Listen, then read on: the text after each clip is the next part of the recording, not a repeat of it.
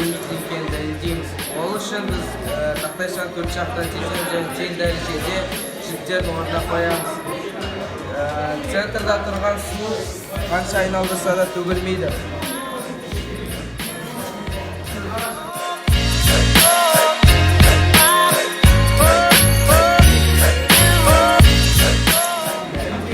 Здесь у нас есть вода, магнитная жидкость и очень сильный магнит.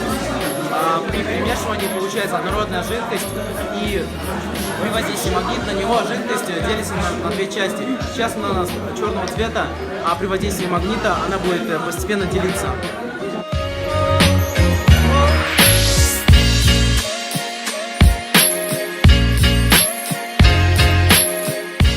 Эксперименттің аты құпия хат.